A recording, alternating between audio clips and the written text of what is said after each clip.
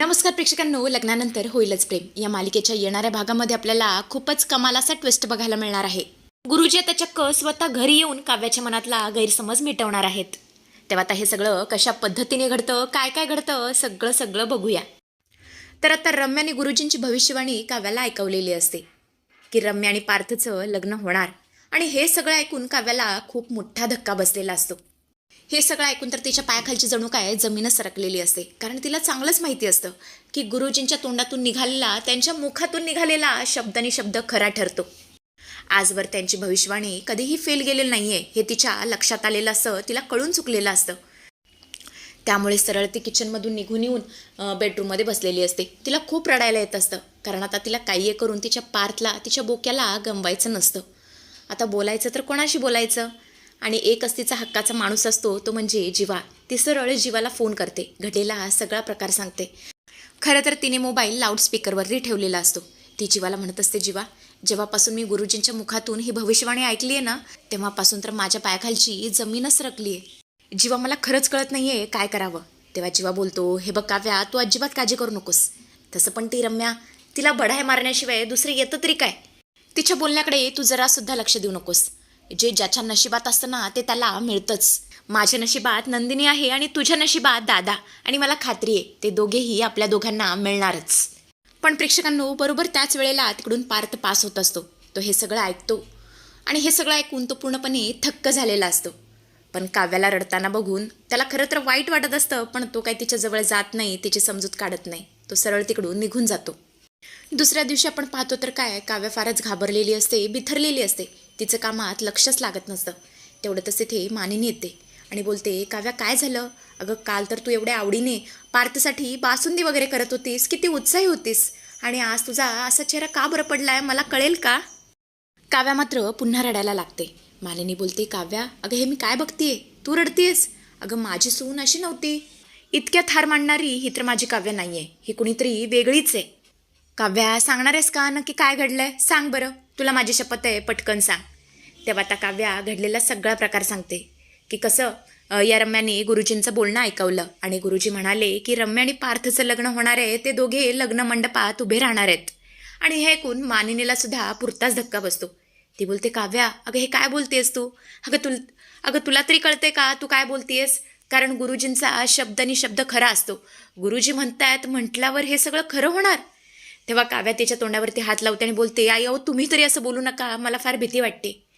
तेव्हा मानिनी बोलते, हे बघ काव्या, उगाच कुडत बसण्यात ना काहीच अर्थ नाहीये. आपल्याला यावरती काहीतरी सोल्युशन काढावंच लागेल. हे सगळं बोलण्यामागे नक्की गुरुजींचा हेतू तरी काय होता हे आपल्याला जाणून घ्यायलाच पाहिजे. नाहीतर उगाचच आपण गुरुजींचा अर्धवट बोलणं ऐकून आपण स्वतःला त्रास करून घेऊ. हे सगळं करण्यात काहीच अर्थ नाहीये. मी काम करते, गुरुजींना बोलावून घेते आणि त्यांचा नक्की काय संदर्भ होता हे आपण त्यांना विचारू. मी एक काम करते, गुरुजींना फोन करून त्यांना बोलावून घेते. तू पटकन आवर आणि बाहेर ये, आणि अजिबात काळजी करू नको, सगळं चांगलंच होणार आहे. असं म्हणतच मानिनी आता गुरुजींना घरी यायला सांगते. गुरुजी घरी येतात. मानिनी, काव्या दोघे आता हॉलमध्ये येतात. काव्या आता लगेच गुरुजींना नमस्कार करते आणि गुरुजींना फारच घाबरत बोलते, गुरुजी, काल तुम्ही रम्याला फोनवरती सांगत होता की तिचं आणि बोक्याचं लग्न होणार आहे, म्हणजे तिचं आणि पार्थचं लग्न होणार आहे, हे खरं आहे का? खरंच त्यांचं लग्न होणार आहे का? ते दोघे एकमेकांच्या समोर लग्न मंडपामध्ये उभे राहणार आहेत असं सुद्धा तुम्ही म्हणाला होता. बोला ना गुरुजी, हे सगळं खरं आहे का? मला फार भीती वाटते.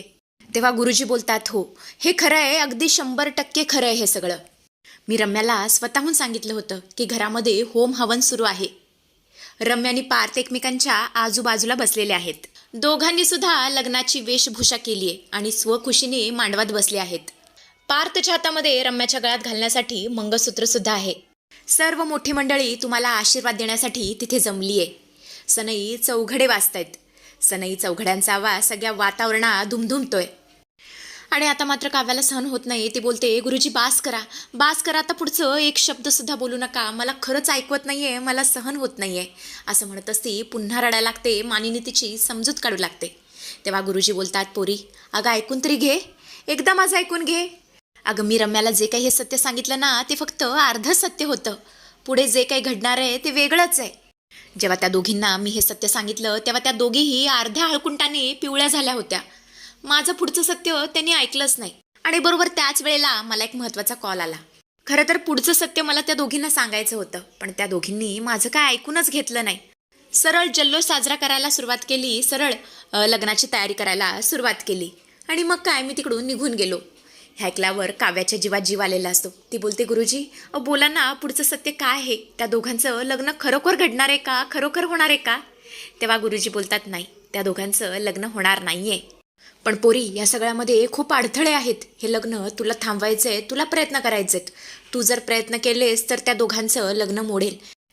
तेव्हा काव्या बोलते, गुरुजी तुम्ही अजिबात काळजी करू नका, मी माझे पुरेपूर प्रयत्न करेन. मी माझ्या बोक्याला मिळवण्यासाठी सगळे प्रयत्न करेन, पण मी माझ्या बोक्याला मिळवूनच राहीन, असं म्हणत असते गुरुजींचे आशीर्वाद घेत.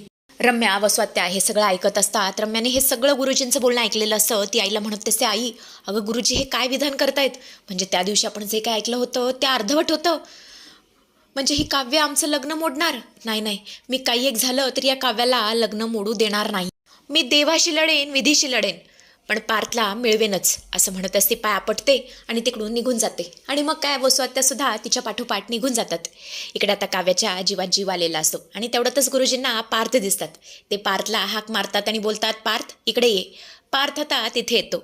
तेव्हा गुरुजी चक्क काव्या आणि पार्थचा हात हातात देतात आणि बोलतात, पार्थ बाळा, खरंच तू काव्याबाबतीत खूप मोठा गैरसमज करून घेतलायस. काव्या खूप चांगली मुलगी आहे, तिच्यावरती विश्वास ठेव. खरं तर तुला सत्य सांगायचं होतं, पण असे काही प्रसंग आले ज्यामुळे तिला ते सत्य सांगता आलं नाही. एक नवरा म्हणून तू तिला समजून घेण्याचा प्रयत्न कर. आणि कसं आहे ना, तू कितीही लांब पळालास ना, कितीही काव्यापासून लांब जाण्याचा प्रयत्न केलास ना, तितकंच तू तिच्या जवळ येणार आहेस. तुमच्या या ज्या गाठी आहेत ना लग्नाच्या, त्या स्वर्गातून बनलेल्या आहेत. त्यामुळे तुम्हाला कोणीही वेगळं करू शकत नाही, देवसुद्धा नाही. त्यामुळे जे विधिलिखित आहे त्या प्रभावाच्या विरुद्ध जाण्याचा प्रयत्न करू नकोस. अजूनही वेळ गेलेली नाही आहे, काव्याला समजून घे. आणि अशा प्रकारे ते चांगली समजूत काढतात, चांगलीच या पार्थची कानउघडणी करतात. पण पार्थचा इतका तोरा असतो की तो काय ऐकत नाही, सरळ तिकडून निघून जातात. पण काव्याला मात्र आता सगळं क्लिअर झालेलं असतं. आणि इकडे आपण पाहतो तर काय, जीवा त्याच्या डार्लिंगमध्ये असतो. त्याला खूप थंडी वाजत असते ना, त्याच्याकडे शेकोटे असते ना, कंबल असतं, म्हणजे ना ब्लँकेट असतं. आणि हे सगळं आता तो त्याच्या ब्लॉगमध्ये सांगत असतो. हे सगळं नंदिनी पाहते आणि तिच्या मनामध्ये असणारा गैरसमजेचा फुगा सुद्धा आता फुटलेला असतो. आणि हे सगळं बघून नंदिनीला जीवाची फार दया आलेली असते.